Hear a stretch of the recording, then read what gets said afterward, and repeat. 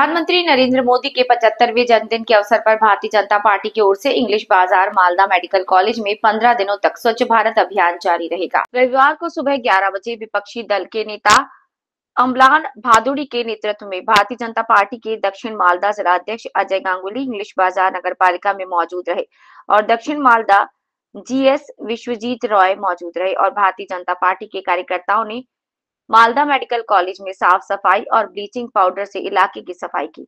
साथ ही रक्तदान और वस्त्रदान शिविर सेवा गतिविधियां हों जो 15 दिनों तक जारी रहेंगी। मालदा से रिपोर्टर रामचंद्र मंडल की रिपोर्ट।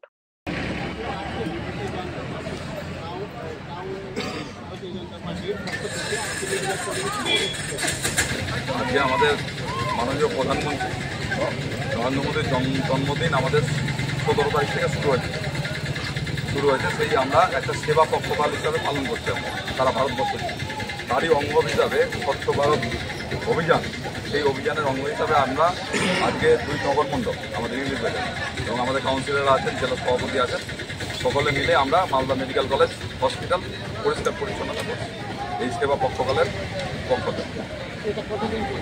এইটা আমাদের 2 তারিখ পর্যন্ত গান্ধী অম্লান নদী বিপরীত ইংলিশ বাজার করবে।